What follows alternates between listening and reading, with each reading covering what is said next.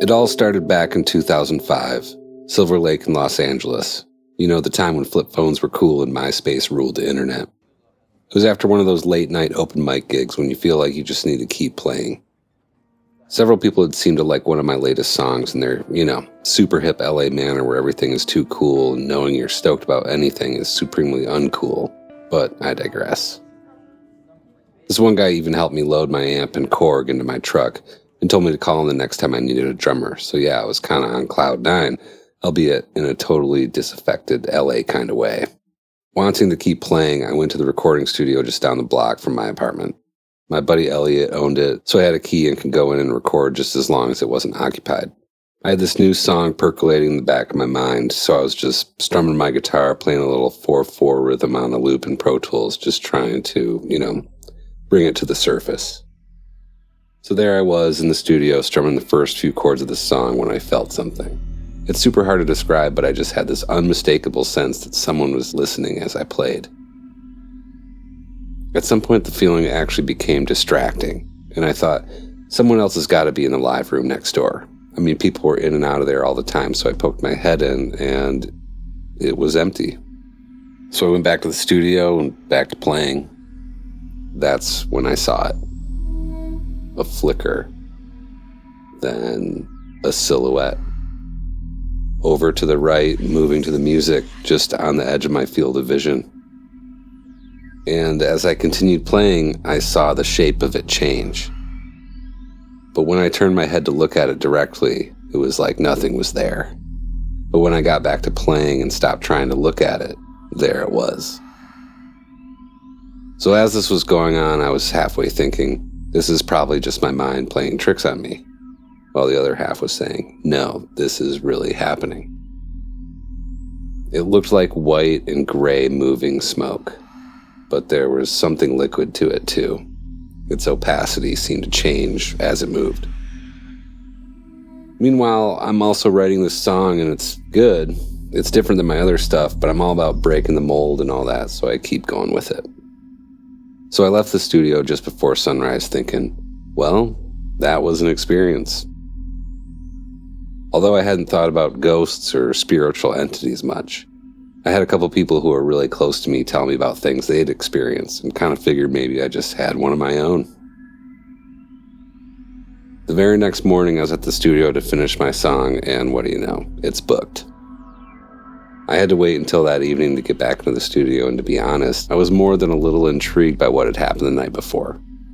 So I'm back in the studio. I wasn't sensing anything was in there with me, and I'm also slightly annoyed because there's a band loading their gear into the live room while I'm trying to get back into the flow state.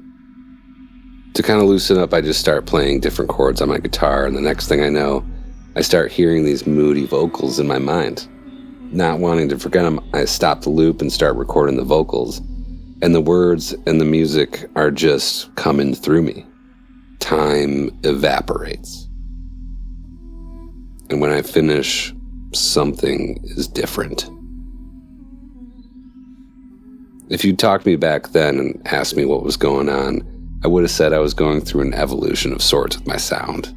But over the span of just a few months, I went far, far down the spiral. And what had started as a more moody, introspective turn became something much, much darker. For months, my mind was a jumble when it came to doing anything but writing music and playing what this thing wanted me to play. It was so bad that even having regular conversations with people became difficult. Going to the grocery store was difficult, never mind eating. Heck, even having a pint with a pal, that was damn near impossible. It was hell. I barely ate, barely slept. I was this Silver Lake zombie musician with greasy hair and huge gray shadows under my eyes. So I'm at the studio. I've kind of forced myself to get out into the sunshine for a coffee and a smoke, even though I know it doesn't want me doing that, so I'm trying not to think about it. That's when Kogs, a friend from music school, basically drags me into his truck and drives me across town to his girlfriend's place in Beechwood Canyon. The next thing I know, I'm sitting across from his girlfriend, Ramona, and she's telling me an entity had attached itself to me. I'm sure I laughed when she told me that, but some part of me was glad someone was seeing the situation I was in. And the other half of me, though, I couldn't wait to be back in the studio making the music it wanted me to make. Nevertheless, my sense of self-preservation held out. I had a couple beers, some food, and gradually I started telling them about what I'd been experiencing. Hearing the words come out of my mouth, I felt both relieved to be getting it off my chest, and then a second later I felt this extreme sense of guilt, like I was breaking some kind of pact I had with it. After all, wasn't I the one who just had to go back to the studio to see if it would appear again? But what was I to do? I mean, how do you deal with a dark entity using you as its hands and ears for bringing some kind of sound into the world?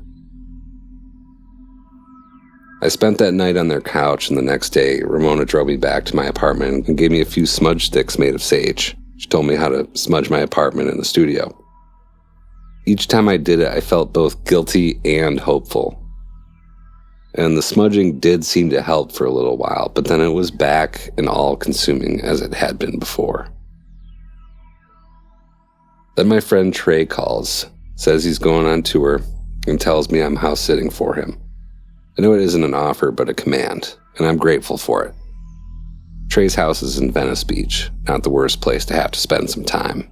My days consisted of walking down to the corner coffee house for some insanely good coffee, then walking on the beach for a while before drifting back to the pad, sitting on the rooftop patio, play guitar, and write whatever the heck I felt like writing. I was free. Feeling like this huge weight had been lifted made me aware of just how strongly this entity, spirit, whatever you want to call it, had me in its grip. Then, about a week into my stay, I woke up knowing it had found me. So what do? I pick up my guitar and played. And while I played, some part of me stayed half aware of the way it was influencing my every move. Morning turned into day, then afternoon, then evening. That's when I got up to get some water from the kitchen. I remember seeing my keys on the kitchen counter, and the next thing I knew, I grabbed them and I was running down the street, fast, like the devil himself was chasing me. Seeing a bus pull up to a stop, I made the split-second decision to jump on board. Gladly, I had just enough to pay the fare. After that, I just rode the route, kind of in a daze, thinking about the past few months, wondering where or how it had found me, or decided I was the one to do its bidding. At some point, I realized there's this dark-haired, middle-aged woman looking at me. There's no doubt about it. She's staring right at me. Finally, it starts making me feel uncomfortable, so I blurt out, "Can I help you with something?" The moment I say it, she darts up and sits in the seat right in front of me. "No, it's I who can help you," she says. I detect something foreign, maybe Eastern European in her accent. The look on her face tells me she knows all about what I've been going through. In a hushed yet insistent manner, she tells me what I need to do. She makes me repeat her instructions, and when I get it wrong, she tells me again, insisting I understand word for word what she's telling me. The next thing I know, she's getting off the bus, and feeling like I didn't thank her enough, I holler for the bus driver to stop. It's mere seconds from the time I ask the bus driver to stop to when I'm standing at the exit looking for her, but she's gone. The street is well lit, and there's nowhere she could have ducked into so quickly. She was just gone. Well, I went back to Trey's that night with a purpose. I did what she told me to do. Something she insisted I tell no one, so I have to honor that even now. But I'm happy to report that I never saw or felt it again. And gradually I got my strength and my health back. And I was able to return to my music and my life. And to say I was appreciative of it, well, that's the understatement of the century. Thanks to the much-needed help I got from a special messenger who I'm convinced came from somewhere beyond, I was able to get on with my life and be free of something that could have had its grip on me for forever.